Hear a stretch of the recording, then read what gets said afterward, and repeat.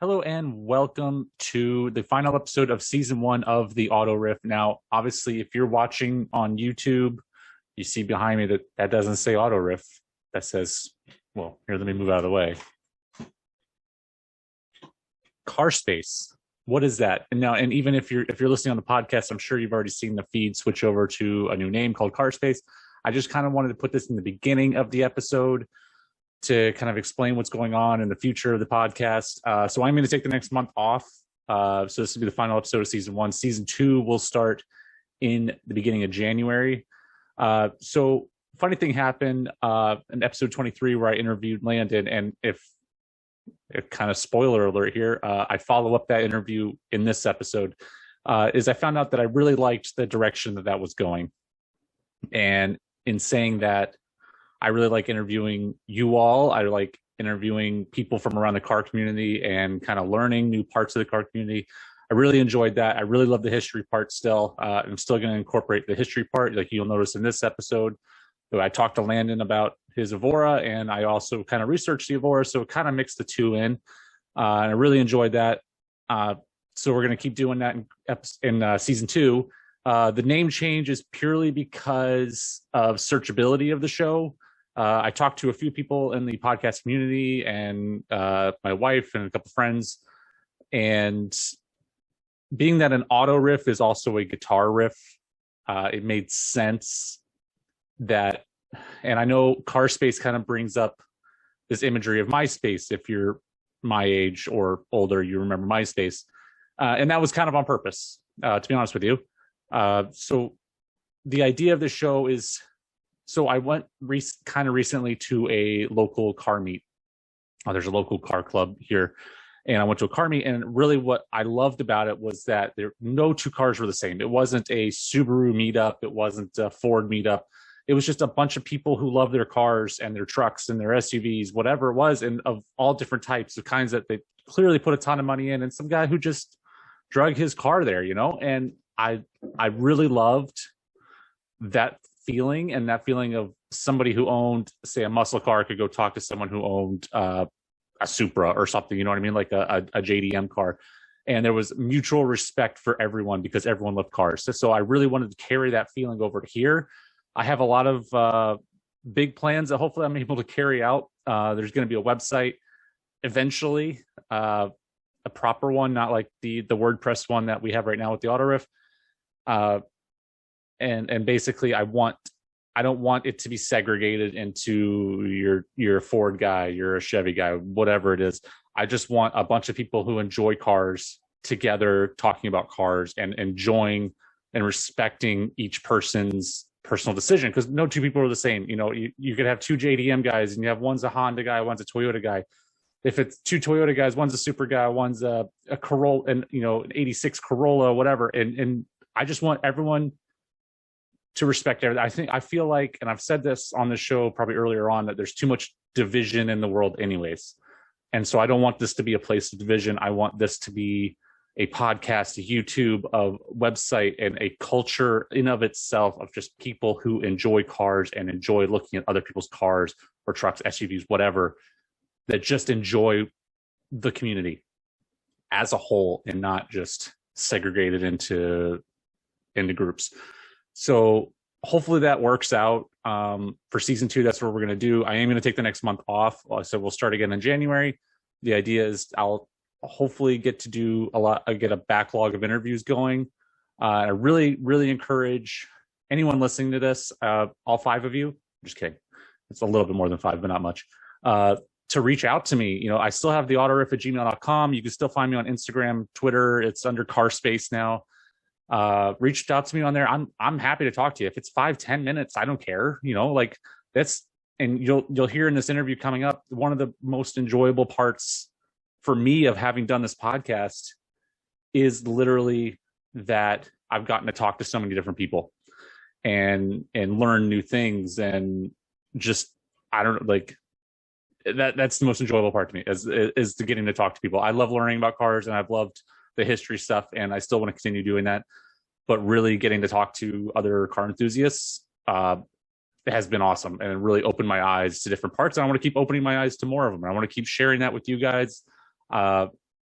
And yeah, so I kind of want to put this in the beginning because I don't want to tuck in at the end. I know a lot of people listen to the outro portion of the show, which is fine. I understand that. I don't either when I listen to podcasts. So I want to put this in the beginning. You are listening to Car Space. It is the final season of the Auto Riff, but everything's already switched over to Car Space because I'm an impatient person.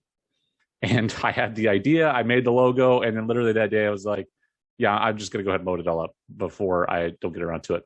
So enjoy this final episode for this season. I am talking to Landon, who has the Lotus Evora again. We talked a little bit more. Last time I felt like I cut him off because I had a couple other things backed up. But super excited. Great conversation. Landon's a great guy. Love texting with him and finding out more about his car and about kind of his experiences with the car. So enjoy. And I'll see you again in January. So I'm joined again by Landon, who had the Evora back in episode 23, I think it was. So basically, for those of you that don't know, Landon has a Lotus Evora. What year was it? 2010. A 2010. And is it an S model or is it the the super? It's the standard. It's standard. It's not the supercharged. Not supercharged. Yeah. Okay. So it's the 276-ish horsepower. That's right. Basically, right. Yep. Okay.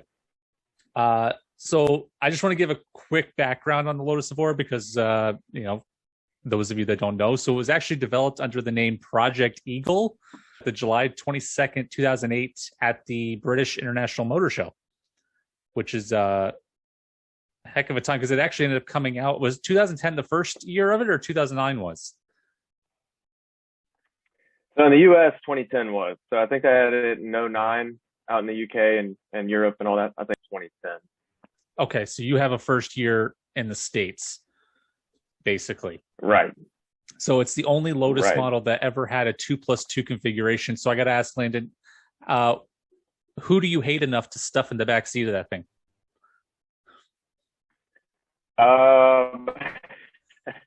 Pretty much just backpack so far.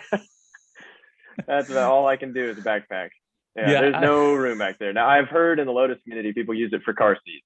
So, okay, I was watching you. Sorry, a Top Gear special this morning with Jeremy Clarkson when he drove it when it first came out, and he loved the car and everything. Right. And I remember that was one of the things where they kind of they showed the back seat, and I was like, "Wow, you'd have to saw someone's legs off to get them back there." Yeah, that's exactly right. I mean, you either need to not have legs or you need to be a baby. I mean, yeah.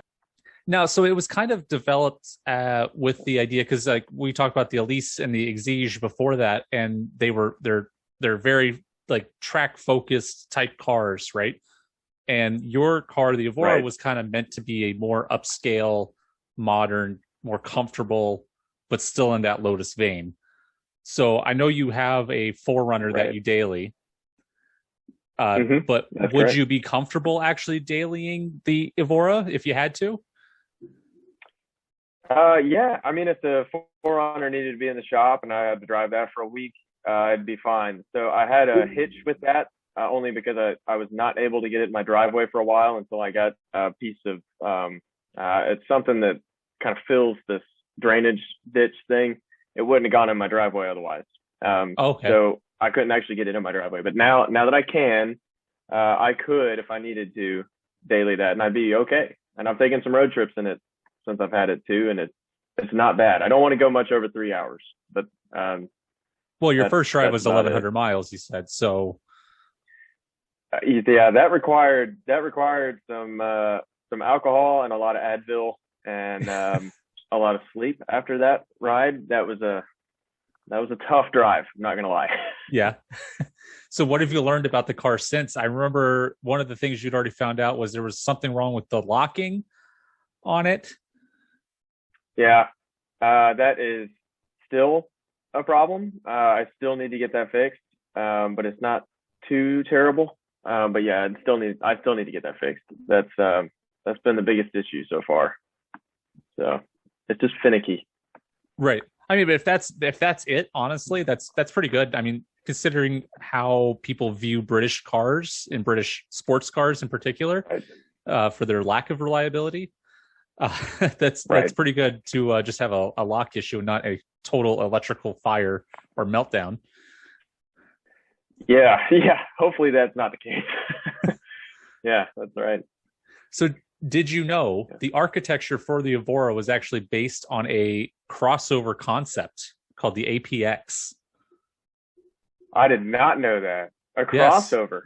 Yeah. In 2006, Lotus had Really? a concept crossover SUV where the basic architecture that they were throwing out there was, look, we can do a lot of things with this frame. And it turned out the first thing they actually did production wise was the Evora, and then became the only thing they did with it. Weird. Yeah, I didn't know that. That's Yeah. interesting. I, Okay. I saw that Huh. today, and I was like, and I looked up the APX, of course, aluminum production crossover is what APX stood for. Uh, it was a funky looking SUV. It looked, I wouldn't even say it looked Lotus. It looked almost Renault. If you've seen Renault vehicles, like the French cars, it looked Yeah. more Yeah. like the way the lines were on the vehicle actually looked more like that. It was interesting though.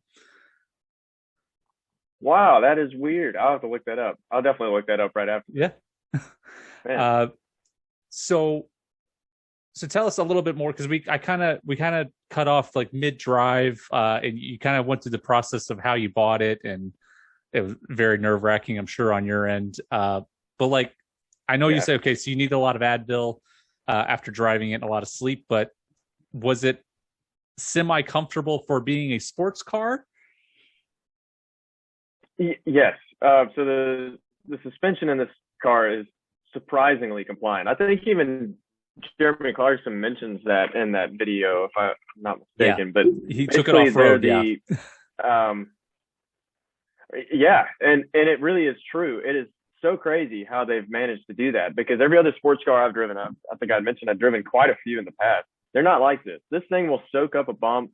A friend of mine's new 911 Carrera S, it doesn't even handle stuff like this. It's just it'll just soak up a bump, but at the same time, you can go around a turn and it's flat and compliant and responsive. And they have done something fascinating with that. It could probably stand to be a tad stiffer, but that's probably personal preference.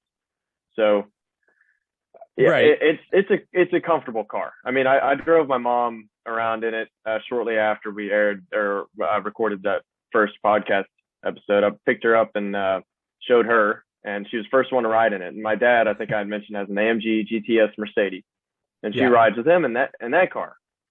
And she prefers the ride of the Lotus because the AMG GTS is just too stiff, and the right. Lotus is comfortable. Yeah. Yeah, and well, they actually, I'm not sure. I think you were about my height, around the 6 foot range, right? 6'2". Yeah, 6'2". yeah, Yep. yeah, we're both 6'2". The car was actually designed to fit up to 6'5" in the front seats, obviously Wow. not the back seats, because I guess one of the head of Lotus at the time was about that height, and so he wanted to be able to fit in it comfortably. Okay. Yeah, I also didn't know that. Now, I will say you can tell when you're in the car, you can tell, because I mean, the first thing I did when I got in that car was I pulled the seat all the way back and got in and realized, oh, I can't even press the clutch all the way to the floor. So this is Right. odd. So I had to pull the seat up a pretty good amount. And then the other thing you notice, the roof line has the two bubbles over the Yeah. top. So, and you can tell on the inside too. So you have helmet room. I mean, I've got tons of space in there for what it is. It's unreal what they've Well, done. so how often do you drive it now? Yeah. I drive it about every weekend, and then sometimes I'll drive it. There's this private members club. It's kind of like a country club, but there's no golf course affiliated with it. But just picture that, because that's essentially what it is. Mhm. I drive it up to that, and so if I go out with my friends or whatever up there and it's a nice day, I'll take the Lotus, because the Lotus, they let me park up front, and the valet, I just park up front and hand them the keys and then walk in. But I mean, the valet is technically free with tip, but I don't even have to do that, because I park myself up front and they don't want to drive the stick shift car. So that's been one of my surprising things about owning this car.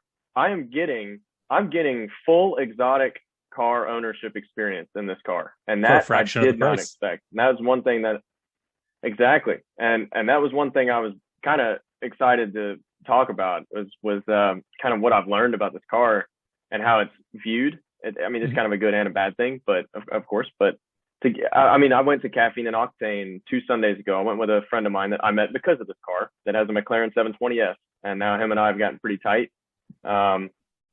Me and him drove 2 hours to Atlanta. We actually made it in an hour 40 minutes. We're cruising pretty good. 4 a.m, and I got to pull in right behind him, and they waved me into the exotic section where they were waving out C8 Corvettes. Oh wow! So they weren't allowed in, but my Lotus was allowed in. It was only, and also a friend of mine's 911 GT3, the 4.0 GT3, 2018 model, Miami blue, gorgeous car.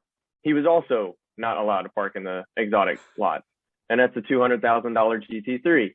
Right. So that's been what's been the most surprising thing, is that it gets treated like it's a $300,000 McLaren 720S.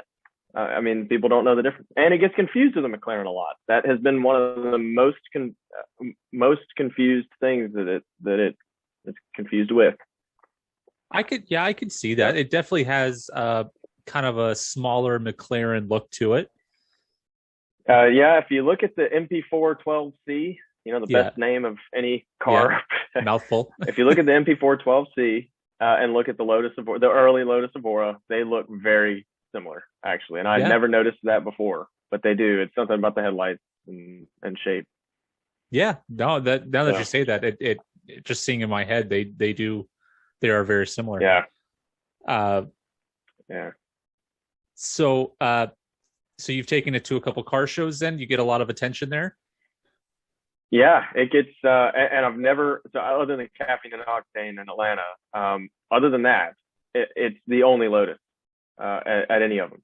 So wow. I'll list off just a few. So I'm a regular now at our, we have a Cars and Coffee event that's every Saturday. I missed it today. That's the first one I've actually missed in a long time. And we just kind of, me and this group, the GT3 guy and the 720S guy, another guy has the 911 Turbo S Cabriolet, and a couple other guys that have 911. We all try to go out there and just meet up, and we just chat and stuff, and go look at other stuff. So I try to go to that one every Saturday. So far, like I said, this is the only one I missed. The second Saturday of every month, Birmingham has a bigger show that had a Ferrari Enzo show up at it. There's a guy in Birmingham that owns a Ferrari Enzo and a whole lot of other cars, multiple other Ferraris and everything else. He drove a Ferrari Enzo there. So he drives it, which is nuts to me. That's almost a $4 million car that he showed up with. So of course that shut the thing down. My car didn't get much attention at that one because of that. But I'm taking it to those. Those are my regulars that I go to a lot. I drove up to Knoxville. It's a 4-hour drive for me, and my dad drove his GTS down from Kingsport, which is about an hour and a half away from Knoxville in the other direction. And we met up in Knoxville early that morning and went to a huge Cars and Coffee called Harper Auto Cars and Coffee or something. About 10,000 people showed up to that. Wow. It's a huge one. So we caravanned in, and that ended up being that's going to be one of those cherished memories that I have with my dad. And my mom came as well with them. But specifically for my dad and I, we're the car guys. So that already, this car has brought that. That's just a great memory that we can have, that I would have never expected. That's the first car show him and I have ever been to together like that. And we got both of our cars parked next to each other in the exotics lot again. And my dad really enjoyed it, and I really enjoyed being able to walk around with him too. That was great. And then again, I mentioned the Caffeine and Octane one with a new friend that I also met because of this car, 720S, and he's offered to let me drive that 720S, and that is a once in a lifetime opportunity. Yeah. Once again, because of this car. Right. It's just unreal. I was talking to a friend of mine. I did not anticipate this, but the Lotus, in a weird way, has actually changed my life.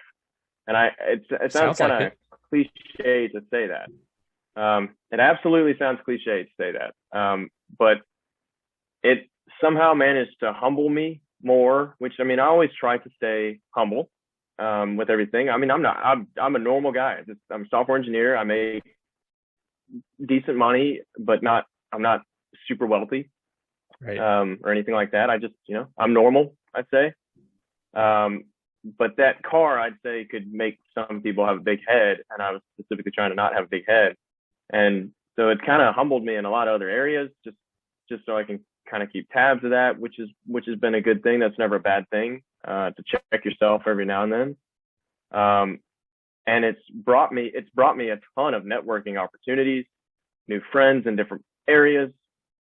It's just crazy. It's absolutely nuts what that car has done in such a short amount of time. And I mean, it's to the point where I really don't think I've never been super sentimental about a car. And this one, I started out sentimental, and at this part, it's getting more and more sentimental. This is going to be one of those that I don't think I should ever sell. I don't think I could ever do it at this point. So it's nuts. Yeah. I was gonna ask, did your dad drive your Lotus yet? He has, yep, and he loved it. He loved it. I mean, he just, there's something about that Lotus. When you hear the power number, you're not that impressed. It's 3,000 pounds, so even that is heavy for Lotus. Right. You hear 280 horsepower, and I think 250 foot-pounds torque. You hear that? That is underwhelming. I'm aware of that. I've driven way faster cars, but the thing is, my dad's GTS, AMG GTS, is 500 horsepower, and it's the fastest car I've been in to date. The 720S is going to beat that for sure, but I've not ridden in that or driven that yet. But that car is bonkers, nuts. That's one thing. But my dad also, when he drove it, he was impressed, and when I drove him, he was impressed, because the way the torque hits and the way the gearing is. That's what I've figured out, is that it's really the shorter gearing. Mm-hmm. It's geared towards acceleration. Because the thing is like 4.7, 4.6, 4.70 to 60, which that's quicker than you might think. Because I kind of just brushed that off.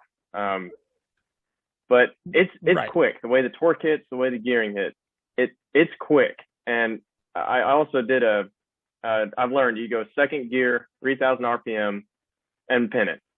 And it's naturally aspirated. It revs up to about 7,200.